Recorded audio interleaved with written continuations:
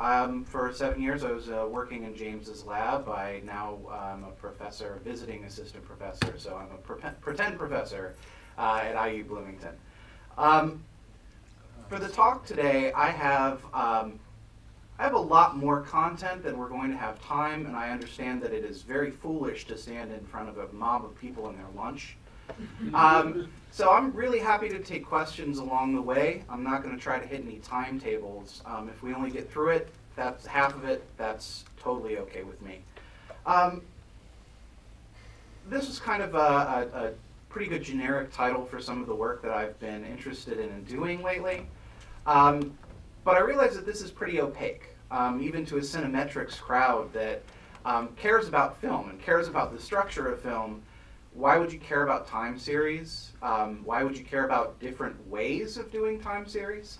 My hope was, and I kind of rewrote the first third of this talk last night after getting to meet some of you, not just to talk about some of the data, but also to talk a little bit about what I see as some opportunities for psychology and namely for the type of stuff I do, perceptual psychology, why we would care about film in the first place. Now, for most of you that are film scholars, you probably think film is the most fascinating thing in the world, so there's no question of why you would ever study anything else. But when you try to talk about this to psychologists, they often go, oh, that's interesting, that's nice, but not really understanding precisely why we're getting involved with what we're getting involved with. Now, I'll tell you my background, my take on this. It's not every psychologist's take, and it's probably not even James's take. But a little bit about why film is so interesting and why we would want to look at it. Now, one thing is that our world around us has structure to it. This is one of my latest proud moments where I got to throw out the first pitch. This is not me. I'm significantly chubbier than this man. But I got to go and see the sights and be on this, single A baseball stadium and throw things out. Now, for you, seeing this scene, there's a lot of structure in it, right? There's a lot to it, right? You understand what these are, right? These are the lines in the grass from the way the mower was built. You know that this is a line that's because of shadow. It's not because of some abrupt cliff or something that's going to terrify some poor right fielder. We can talk about the perceptual details, but even the kind of higher up cognitive and kind of semantic details of what baseball is and what a game is and how the game is played, what's a run, what's an out. All of these things have structure to them. Now, we know that our brains, despite being as fantastic, and people will tell you how wonderful connections are and how great they are, primarily they're limited and they're lazy. And you need a lot of structure in the world for you to figure out what things are and how things are working. Now, film is one of those situations where there's this structure that we want to get into, right, that captivates people and grabs their attention. Maybe there's something about that type of structure that we can learn. Now, to show you a couple kind of gimmicky ways that our brain fills in information for us, that it takes the gaps and it kind of spackles over it.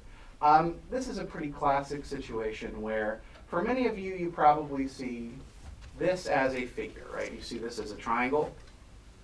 All right. Now, a lot of people will even see right about here an edge. They'll swear that inside that triangle, it's a little bit lighter than outside of the triangle. It's not. You're hallucinating that. But that's the brain trying to make its own way to put structure on something. We see this as a structure. Your brain is completing it for you. It's a way of understanding things. Now, this is a little bit of a gimmick because this is one situation where your brain does this in a weird way. But there's thousands and thousands of situations in your perception every day where your brain is taking these situations, filling in the gaps for you, and you're none the wiser. You go on your merry way. That structure helps us understand the world. It also can do interesting things, not just with shapes, but also with shading. This is one of my favorite little demonstrations because people swear that this is a lighter end of the bar, that's the darker end of the bar. just fade it out. And you can see pretty instantly that no, right? Your brain is taking a kind of average around this. It's calculating relative lighting, right? It's trying to figure out what's going on in this situation. It does it for you before you're even aware that it's going on. And you couldn't have it do it if you didn't try. This type of situation also occurs in things like motion. This is another pretty classic situation where if you've got the occluders, your brain can fill in those gaps for you, and all of a sudden it looks like a square that's turning around. The motion of these bars is the exact same, especially if you just focus on one, right? But then when that occluder's there, you can't help but group this into an object, right? Now, part of the argument I want to make for this, and I don't know if James is going to present some of this stuff that he does, grouping things together into meaningful events, objects, scenes, this is what the brain does. It takes these difficult situations, this input, and it makes sense of it using the structure that's inherent in it. Now, does this mean that it always gets it right and it's always the same between different people? Absolutely not, as evidenced by this little joy. Who's seen this before? This blew up the internet, right? This was a pretty big deal. Where's my team white and gold? Do you still exist? Team white and gold, team blue and black. There, okay, there you are. Now, there's all sorts of explanations for this. Most of them that you read on the internet are utter crap.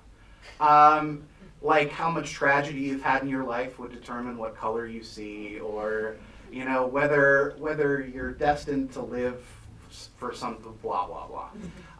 But we know as perceptual psychologists, a lot of this is due to the fact that your idea of lighting, right, your mental model of the lighting situation of this picture is influencing your perception of the color. Right? And this is the type of stuff, and I don't mean specifically for film, but yeah, sure, why not for film? Your perception of different events, your perception of what's natural, your perception of what flows, are all due to some sort of underlying structure. Now, structure in the world, structure in film, that's an interesting question. But we know that to do things like attention, to manipulate our attention, charlatans like magicians and pickpockets have done this type of thing for years. Now, they don't have control groups, right? They're not sitting there trying their best to test what type of pickpocketing attempt is the best. They learn through trial and error. And I would say there's another population of charlatans as well that also has developed this ability to manipulate and direct your attention in different ways. This is what filmmakers do, right? This is how they put together movies. They don't have control groups either. But they've come on a lot of certain things about the way you can direct people's eyes, the way you can direct people's attention, that in many ways is far beyond, as psychologists or even for neuroscience, our current understanding of the way our perception works. So for us as psychologists, we know that media captures something in people, right? It emulates something in our experience and our perceptual experience. Now, film is a great way of doing this because there's a great record. I can go on Netflix and I can see a record from 100 years ago. I can't do that for everything else. Film is this great compact subset with already people and fantastic tools available like Cinemetrics that can give us a glimpse into what may be some normal type of regularities, some normal structures in the world that we could study and then take back to psychology and say, look, this is something about the way our perception operates and something about the way the brain operates. So that's partially what I feel our skin is in the game in this situation, right, is trying to take that experience and figure it out. Because it's not very controversial, and it's a pretty classic idea in psychology now, that by studying the structure of the world, we can learn something about the brain, which operates in the world, right? It doesn't operate in a vacuum, it operates in the world. But what I'm going to posit here, and I posit, this is something that has been posited many times by people smarter than I before. The world's, why don't we just care about media, right? Now, media is something that captures our attention. Why can't we just study that and try to figure out what that structure has to do with the brain and what goes on there? So that's kind of what we're interested in with cinemetrics. Is that cool? All right, I will take your silences. Excellent, okay. Complete understanding and agreement.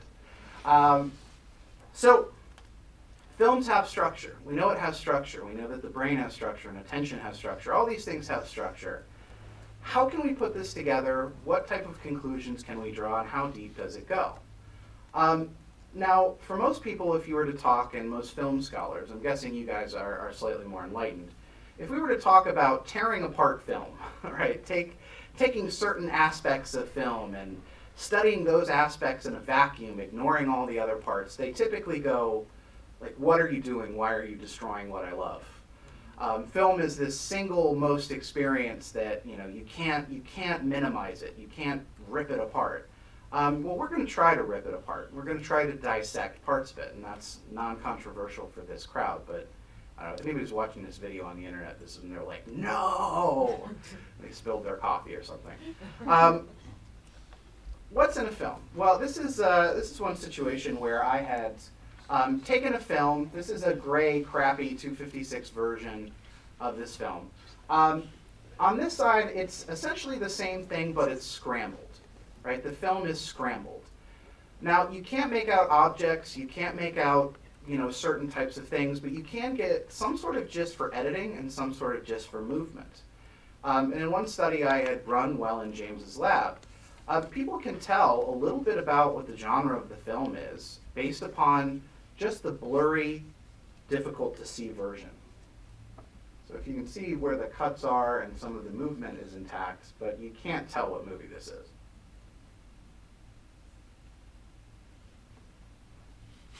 Now, simply from this version, right, people can get an idea for what the film is. Right? We know that there's some sort of power in editing and in camera movement, motion, all of these sorts of things that may exist to some extent outside of the kind of semantic content of the film. Have you tested this with people? Mm-hmm. And they would tell you approximately the genre? We had 3 genres. We did action, comedy, and drama. And people can pick out action very reliably. The other 2, they kind of mix up. Because if you actually physically look at the film itself, comedy, the only thing that really distinguished itself from drama was that in the clips that people had rated as being high comedy, they're physically lighter. There's just, the screen is brighter. They're just physically lighter, which I thought was a little weird, but there you go. So for these type of low-level features in film, can we find things in there that are interesting and reliable? So this is not a new question.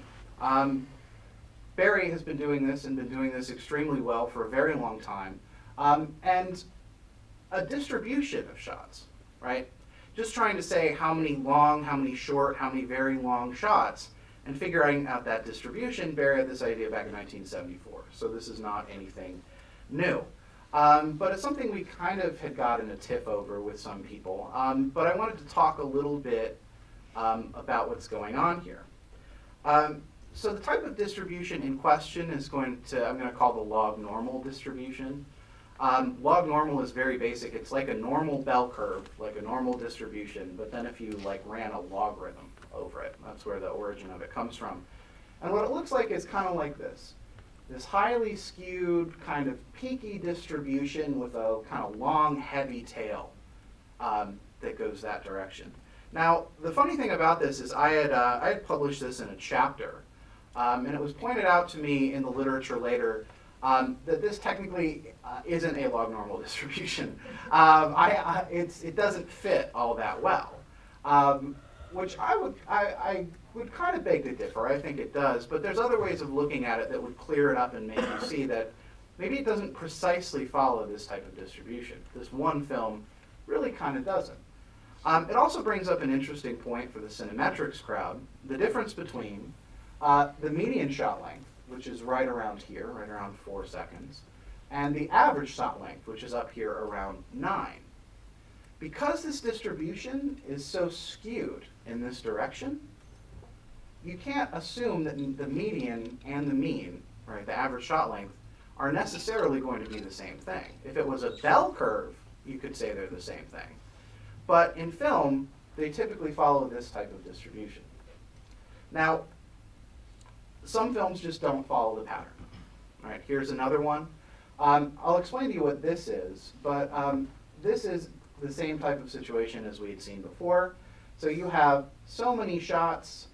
You could also calculate this by percentage, which I think is what Barry does, which I think is better than this. I just binned them together. How many shots you have that have, you know, this, and then around 10 seconds long, and then 30 seconds long, right? You can fit this type of curve. And this is one situation in which it doesn't fit, right? This is a situation where you can see that this is kind of spilling out of that side, so this does not strictly fit any type of log normal distribution. Although, it's pretty damn close, very close, which is why I titled the paper talking about this horseshoes, hand grenades. It may be close enough to count. Now this is a confusing graph where you've got that same type of curve, but this is for all of the films in our database. So each one of these is a different film along the way. This is just to kind of show you that these are fairly regular along the way. Now there are bumps out here, and some people may call them outliers, but if you're actually following this type of distribution, you should expect those bumps out there. They're not really outliers, they're a feature of the distribution. It's just that 1,000 shots or 2,000 shots isn't enough to fully represent everything out in the tails. We should expect these things to pop up from time to time. So something I was interested in was saying, okay, what if we take all the films, we put all the films together, right? We'll basically normalize them so that they all are basically the same shot length. And then we'll put them all together and we'll bin them up, and we'll see what they look like. And I think that it's pretty captivating how close this follows. So this is all 160 of our Hollywood films. So you know, it's constrained to kind of our frame accurate type stuff, although with all the awesome stuff coming out with Cinemetrics, there's going to be a whole ton more data coming out. So this is essentially the same data as this. This is the logged, you know, the kind of version of it, so that you can see this a little easier. Right, that's the only difference between these two graphs, is you can see that this is a little off here, but that's a little off there.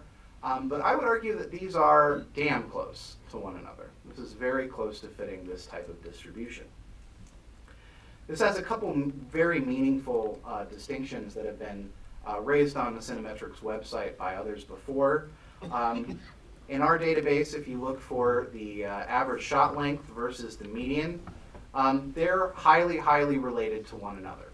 So if you're doing an old school version where you're just having a clicker and counting the cuts versus one where you're doing frame accurate and, you know, counting all this other stuff, transferring between the median and the mean is pretty reliable. It's pretty reliable. Now, the reason for this is because of how reliable it is to get that type of log normal distribution. Which may, I mean, you guys are clever, you will pick up on this. Why is it so regular? Right? Why would films be so regular following this type of pattern, right? Why would things fall into the bin so reliably? Now, for our film, our films are all kind of the bougie mainstream, you know, even if they go back to 35. Mike Baxter, who I wish was here so that he could scold me for anything I said wrong, because he's super sharp. He had also done the same type of analysis on different types of films, but these are films from 1920 and 1933, so this is even before our sample takes place. And even in these situations, you can see that the mean and the median are pretty highly related with one another. So if this is the median and this is the mean for average shot length, right, these things tend to go pretty well together. This indicates that film, even before our sample begins at 35, seems to follow this type of shot distribution pattern. I wish I could give you a really good description of why this would show up in different situations, why the log normal distribution would show up again and again in shot lengths, before people even defined what shot lengths really were. The best thing I can do for you is tell you that it shows up in a lot of other places. And it's fairly interesting, some of the places it shows up. If you take the 6-volume Proust, In Search of Lost Time, if you take that and you decide that you want to do kind of like shot lengths, let's do sentence lengths. Right? We'll figure out sentence lengths, see what type of pattern they follow. I think this is pretty stunning, right, to say that this follows, again, this same type of distribution pattern. Now, is it perfect? Not a little underrepresented at the peak, a little over here, but again, that's pretty astounding, right? That follows pretty closely, and it's following the same patterns as films. Now, it's not just art. If it was just different forms of art, then I might be able to make some sort of conclusion. But if I look at my own university and plot out, since it's a public university, they have their salaries. Where are you? I'm like low end. Like I'm very much on the low end. I'm closer to the mode than the median or the mean, which is sad. But you don't go into academia for the money, right? It seems to follow this type of pattern, and you can find it not just in things having to do with humans. You can find it in nature. Geology, this is potassium mineral in different rocks. It follows this type of distribution. Biology, if you go through and say content of sugar or something, all of this nonsense. Right? This type of distribution shows up in a lot of places, and we shouldn't assume that films are going to be normally distributed. I don't think anybody here would believe that, but the frequency and the reliability to which they seem to follow this type of log normal pattern, or if you can find another distribution, they're just very, very reliable. Now, that's interesting, talking about how that type of reliability seems to be inherent in film. And as a psychologist, I'd love to figure out why, right? Is there something about this feeling natural, kind of like Sandra Adair was talking about? Is there something about this pattern being something that's normal in events? These would all be interesting. But for us, it's a little bit difficult because this is not something that has changed over time. It seems like it's been present in film, in early film. It's been there throughout its entire run, and it's there now. So it says something about the way we're putting these things together.